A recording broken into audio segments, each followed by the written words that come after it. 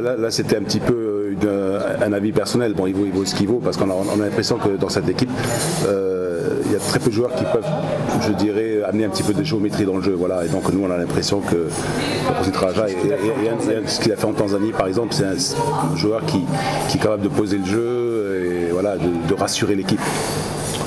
Oui, comme je dis, dans 3-4 mois, je peux être plus clair. Ouais. Moi, ce que je vous avais posé justement, vous êtes parti à Galatasaray, vous avez gagné la première année. Vous êtes parti au club l'IRF en Belgique, vous avez pratiquement gagné dès les premières années. Vous êtes parti à l'OM, vous avez fait d'excellent travail. Vous avez repris l'équipe en avant-dernier, vous avez fini 3e. L'année d'après, vous avez fini 2e. Et vous avez gagné aussi avec Al Nassr. Est-ce qu'on peut espérer justement avec l'équipe marocaine avec une rapidité dans le succès comme vous savez le faire? C'était pas Nasser, c'était Al Hilal. Al Hilal, pardon, Al Hilal, excusez-moi. Notre grand ennemi. Excusez-moi, Al Hilal. Non, on espère. Parce qu'un joueur de foot ou un entraîneur de foot, il vit pour gagner des choses. Puisque j'en ai gagné tellement dans ma vie, de plus que je gagne, de plus tu vas faire de gagner plus. Tout à fait. Donc, ça doit être le but, c'est d'aller jusqu'au bout d'un tournoi international et de se qualifier pour la Coupe du Monde et faire quelque chose de bien pour représenter ton pays. Ça doit être le but de tous ceux qui travaillent dans ou autour de l'équipe nationale du Maroc. Alors depuis 72, on peut dire que vous avez côtoyé le ballon tous les jours, ou en tant que joueur ou en tant qu'entraîneur. Maintenant, en tant qu'entraîneur d'une équipe nationale, vous allez vous retrouver vos joueurs tous les 2-3 mois, vous allez les voir 4-5 jours. Est-ce que le ballon ne va pas vous manquer tous les jours? Non, il ne manque pas. Parce que ça fait quand même quelques années que tu as été habitué à s'entraîner 2 fois par jour. Donc à un moment donné, tu veux changer un peu ta mode de vie, tu vas voyager beaucoup, tu vas voir beaucoup de matchs, ce qui va t'enrichir en plus. Tu vas voir un peu ta famille, un peu de plus que tu les as vus pendant 40 ans.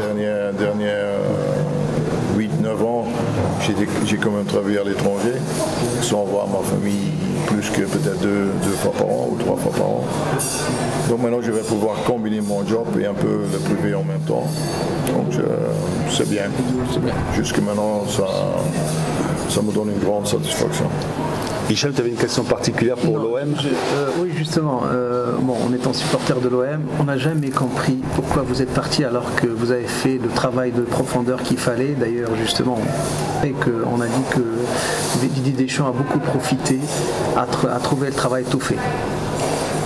Non, je crois qu'il faut rester correct parce que même si tu achètes 4 ou 5 joueurs qui ont coûté beaucoup d'argent, il faut gagner le championnat quand même. Donc là, il faut rester correct vis-à-vis de Didier. Par contre, moi, ça a été peut-être ma plus belle époque dans ma vie comme entraîneur à Marseille, puisque j'avais des très bons contacts avec tout le monde, non seulement avec mes joueurs, aussi avec la direction et qu'avec les supporters. Maintenant, je n'aime pas s'il y a des gens qui me mettent un ultimatum. Ou bien on a confiance, ou bien on n'a pas confiance. Donc le fait qu'on voulait attendre la fin du championnat pour voir si on était 2e ou 3e pour me donner un nouveau contrat, je crois que c'était un petit manque de respect vis-à-vis de moi. C'est pour ça que j'ai pris la décision de quitter. Ben voilà, tu as la réponse et ça je crois que c'est la réponse qu'on pouvait attendre. Hein. Ça fait dernière question par rapport à l'équipe nationale, vos ambitions. Ça fait le Maroc, depuis 1976, on n'a jamais plus rien gagné. Est-ce que vous êtes fixé vraiment des objectifs? Oui, moi j'aimerais bien faire quelque chose de gros le plus tôt possible. Donc le plus tôt possible, ce serait pour la CAN. Puis il y a aussi le championnat pour les joueurs qui travaillent seulement au Maroc. Ce qui a pour moi ça a une aussi grande importance que l'équipe nationale avec tous les joueurs marocains qui jouent à l'étranger. Donc je vais quand même avoir peu plus de matchs que 4 ou 5 ou 6 par an. Et puis, on doit nécessairement se qualifier pour la CAN parce qu'il est grand temps de se qualifier. Et je crois que le plus de temps on aura, le mieux sera l'équipe parce que je suis sûr qu'avec ce qu'on a comme talent, ça va payer. Pour moi, maintenant, ce match, évidemment, il vient un peu trop tôt, mais ça me permet déjà de voir la qualité des joueurs, la manière comment ils vivent ensemble pendant 3 jours. Ça me donne quand même déjà une indication quelle sera la route à suivre. Alors une dernière question, Eric Gerets. Quelle est la question que vous auriez aimé qu'on vous pose ? Moi, je suis là pour répondre, je suis là pas là pour poser des questions. Mais moi, j'aimerais bien poser quelle est la question que vous n'aimez pas qu'on vous pose. Bon, vous pouvez me demander toutes les questions. Si ça va sur ma vie privée, par exemple, je ne réponds pas. Ou si de temps en temps il y a une question qui me fâche un petit peu, j'essaie de me contrôler et de ne pas répondre. Bon, alors maintenant, la toute dernière question.